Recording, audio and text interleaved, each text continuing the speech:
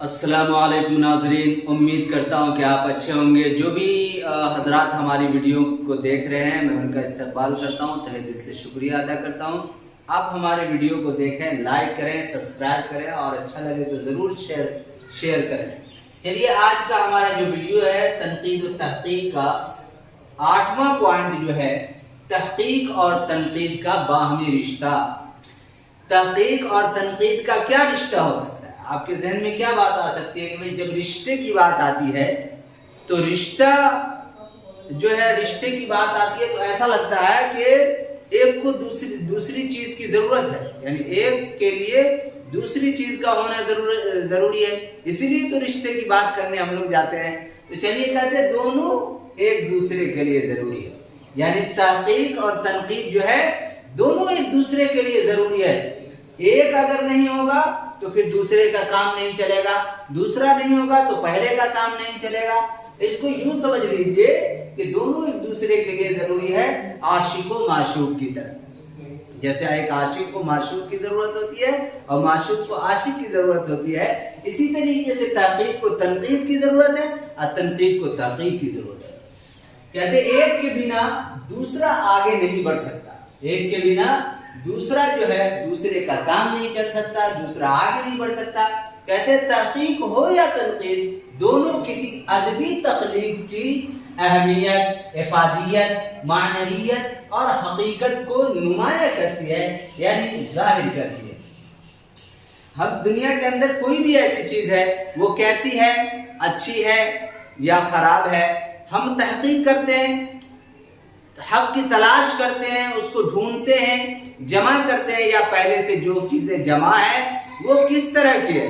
अगर पहले से अगर कोई मुहक्किक है, कोई चीज जमा किया हुआ है, अगर हम उसमें और मालूमात देना चाहते हैं तो सबसे पहले हमको क्या हकीकत तक पहुंचना होगा और हक को तलाश करना होगा।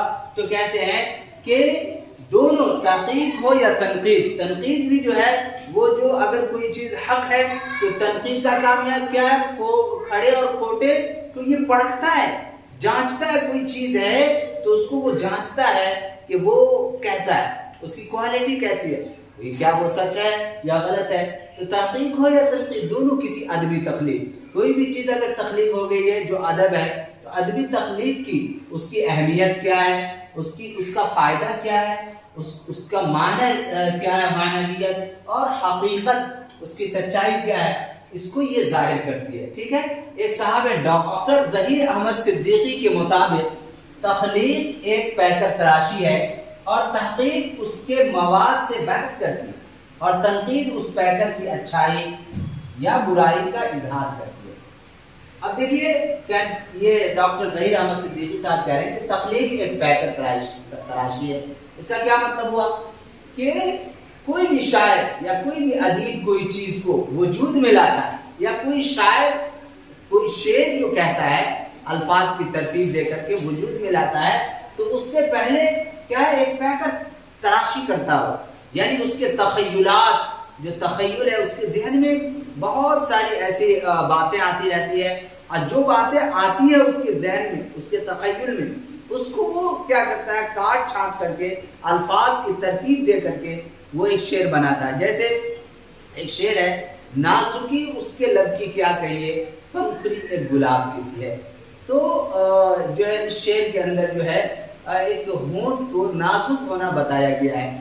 तो ये चीजें हैं, एक तराश करके अल्फाज की सेटिंग दी। तो तख्लीक क्या है, एक पैकर तराशी, यानी खालिक कोई भी चीज को जब वजूद में लाता है तो उसको बहुत तरह से क्या करता है, रंग बढ़ता है, अल्फाज की तरतीब देता है। तो एक पैकर तराशी है।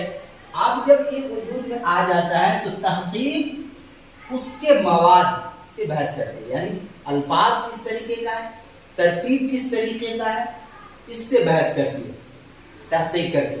अब जब तहकीक हो गया, ये अल्फाज ये है, इसकी तरतीब ये है, ये फलाना वजन पर है, ये चीजें हो गई, तो अब तनकीद आती है। और तनकीद उस पैकर की, यानी उसकी जो शक्ल है, उसका जो सरापा है, उसकी अच्छाई और बुराई का इजहार करती है। तनकीद के जरिए से बात जाहिर होती है कि ये अच्छा है या खराब है।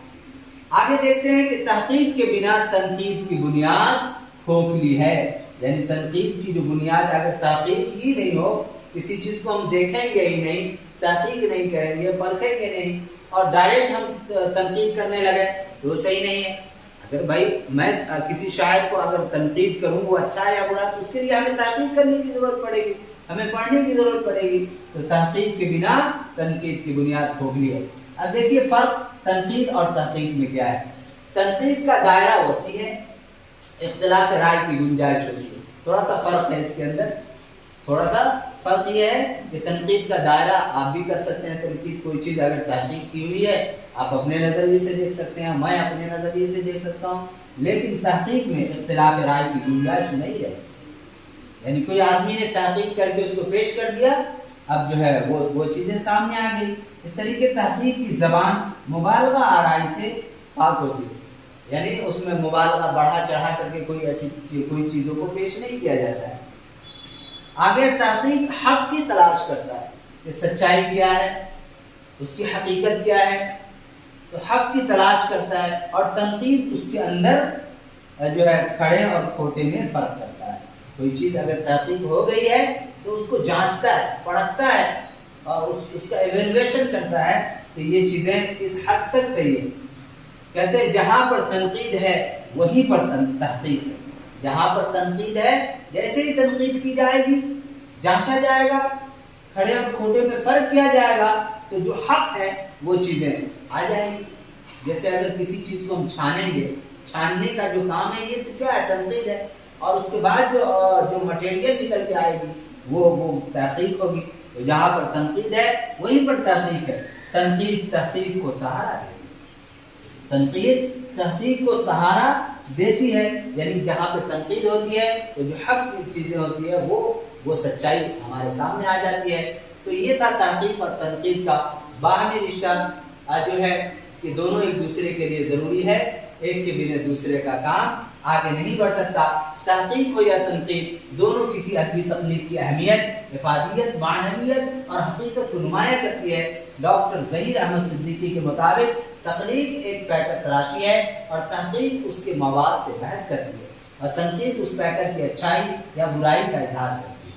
تو چلیے آج کا ہمارا ویڈیو کیسا لگا ضرور آپ ہمارے کامنٹس باکس میں بتائیں گے۔